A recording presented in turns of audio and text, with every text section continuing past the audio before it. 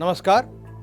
एक लंबे अंतराल के बाद आज फिर मैं विष्णु शंकर आपके साथ हूं TV9 डिजिटल के मंच पर सोच समझ करके एक और अंक के साथ। आज बात करेंगे अमेरिका की राजधानी वॉशिंगटन में हुए उपद्रव की और अमेरिकी संसद के ऊपरी सदन सेनेट में चली उस प्रक्रिया की जिसके अंतर्गत राष्ट्रपति चुनाव में डोनाल्ड ट्रंप पर जो बाइडेन की विजय को औपचारिक रूप से घोषित किया गया।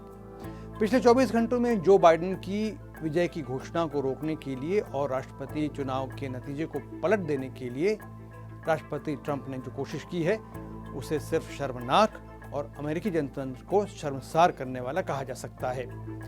आधुनिक युग में दुनिया के सबसे पुराने जनतंत्र में जो कुछ कल से आज तक में हुआ है वह अकल्पनीय है। पिछले 244 सालों से अमेरिकी जनतंत्र दुनिया के लिए एक प्रेरणा स्रोत और आशा की किरण रहा है, लेकिन राष्ट्रपति ट्रंप ने पिछले 9 महीनों में अमेरिका की जनतांत्रिक व्यवस्था को एक सोचे समझे ढंग से अपनी सत्ता को सुरक्षित करने के लिए इस्तेमाल किया।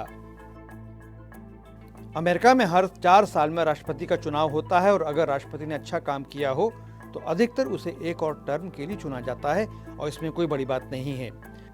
शायद ट्रंप को इस दफा अपनी जीत का यकीन नहीं था, इसलिए उन्होंने लगातार अपनी हार को लेकर हर मौके पर शक की दीवार उठाने की कोशिश की। वोटिंग का नतीजा आ जाने के बाद भी ट्रंप ने अपना राग जारी रखा कि वो ही चुनाव जीते थे, लेकिन एक साजिश के तहत उन्हें हराने की कोशिश की जा रही थी, जबकि असली हालात इससे बिल्कुल परे थे। That election, our election, was over at 10 o'clock in the evening. We're leading Pennsylvania, Michigan, Georgia by hundreds of thousands of votes. And then late in the evening or early in the morning, boom, these explosions of bullshit. And all of a sudden,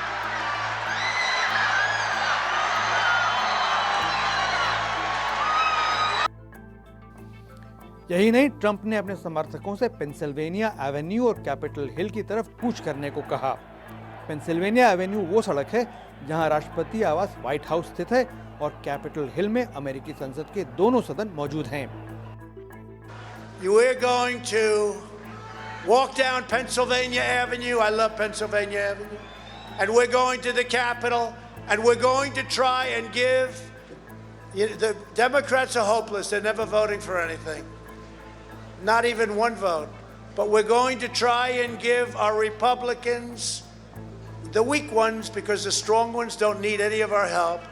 We're going to try and give them the kind of pride and boldness that they need to take back our country. So let's walk down Pennsylvania Avenue. I want to thank you all. God bless you and God bless America. Thank you all for being here. This is incredible. Thank you very much. इसमें कोई शक नहीं है कि Trump अपने समर्थकों के बीच बेहद लोकप्रिय हैं। फिर अभी तो उनके समर्थक ये भी मानते हैं कि उनके खिलाफ साजिश हो रही है। ऐसे में अपने नेता के कहने पर एक उग्र भीड़ जिसकी संख्या हजारों में हो क्या कर सकती है ये समझना मुश्किल नहीं है। बस थोड़ी ही देर बाद हिंसा और तोड़फोड़ का जो मंजर दिखा वो सबको हैरान कर गया। हिंसा में 4 लोगों की मौत की खबर है। एक की मौत गोली लगने से हुई जबकि 3 अन्य की मौत की वजह मेडिकल इमरजेंसी बताई गई है। वॉशिंगटन डीसी में 15 दिनों का कर्फ्यू लगा दिया गया है। अमेरिका की राजधानी में कर्फ्यू लगाने की घटना 208 सालों के बाद पहली बार हुई है और यह अब जो बाइडेन के राष्ट्रपति पद के शपथ ग्रहण के बाद 21 जनवरी को ही खत्म होगी। अमेरिका में राजनीतिक हलकों में इस हिंसा की गंभीर प्रतिक्रिया हुई है। न सिर्फ डेमोक्रेट्स बल्कि ट्रंप की रिपब्लिकन पार्टी के बहुत से वरिष्ठ नेताओं ने ट्रंप से दूरी बना ली है। इनमें उपराष्ट्रपति माइक पेंस प्रमुख है, जिन्होंने सार्वजनिक तौर पर माना है कि उन पर ट्रंप जबरदस्त दबाव डाल रहे थे कि वो जो बाइडेन को राष्ट्रपति चुनाव में जीता हुआ न घोषित करें। लेकिन पेंस ने राज्यवार मतदान को सत्यापित कर जो बाइडेन को अमेरिका का अगला राष्ट्रपति घोषित कर दिया। एक देशभक्त और संविधान को सर्वोच्च मानने वाले राजनेता की तरह पेंस ने अपने आचरण से सभी को प्रभावित किया। अमेरिका की राजधानी में हुई हिंसा ने देश के राजनीतिज्ञों और समाज के वरिष्ठ नागरिकों को इतना परेशान किया कि अब मांग उठ रही है कि अमेरिकी संविधान के 25वें संशोधन के अंतर्गत ट्रंप को राष्ट्रपति पद से हटाकर माइक पेंस को 20 जनवरी तक कार्यवाहक राष्ट्रपति बना दिया जाए। हालांकि आज तक इस नियम का प्रयोग नहीं हुआ है, लेकिन अभी के अराजकता के हालात में भले ही यह मुश्किल जरूर लगे, लेकिन असंभव नहीं है। अमेरिका में हुई हिंसा की दुनिया भर में कड़ी निंदा हुई है और बहुत से नेताओं ने अमेरिका की जनतांत्रिक व्यवस्था में विश्वास व्यक्त करते हुए उपद्रवियों की कड़ी निंदा की है।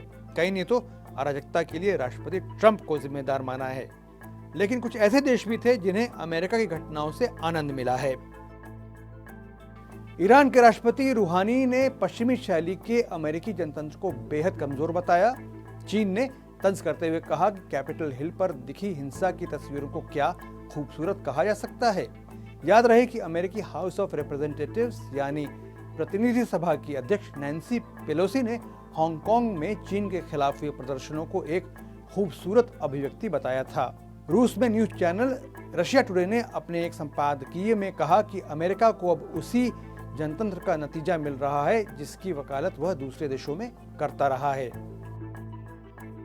राष्ट्रपति ट्रंप अमेरिका में रियलिटी टीवी के स्टार रहे हैं। शायद वो अपने राष्ट्रपति पद और 2020 के राष्ट्रपति चुनाव दोनों को रियलिटी टीवी के एपिसोड समझ बैठे। अपनी साख तो गंवाई ही, दुनिया की अकेली महाशक्ति की जनतांत्रिक व्यवस्था को भी शर्मसार किया। इन हिंसक उपद्रवों के बीच अमेरिकी जनता के लिए, विशेषकर डेमोक्रेटिक पार्टी के समर्थकों के लिए एक अच्छी खबर ये रही कि अमेरिकी संसद के ऊपरी सदन सेनेट में जॉर्जिया राज्य की दोनों सीटें जो बाइडेन की पार्टी ने जीत ली। अभी सदन में रिपब्लिकन और डेमोक्रेट्स दोनों को 50-50 सांसदों का समर्थन है और किसी मसले पर वोटिंग के दौरान टाई होने पर सेनेट की आने वाली अध्यक्ष और उपराष्ट्रपति कमला हैरिस निर्णायक वोट डालेंगी। प्रतिनिधि सभा में इस बार भी डेमोक्रेट पार्टी को बहुमत मिल ही गया है। इसका मतलब यह है कि अब व्हाइट हाउस और अमेरिकी संसद के दोनों सदनों पर डेमोक्रेटिक पार्टी का नियंत्रण है, जिससे नया कानून बनाने में और महत्वपूर्ण नियुक्तियों में जो बाइडेन के प्रशासन को आसानी रहेगी। सोच समझकर मैं आज यहीं तक। उम्मीद है आपसे कल फिर मुलाकात होगी। नमस्कार। परवाह देश की, सोमवार से शुक्रवार रात 10 बजे TV9 भारतवर्ष पर।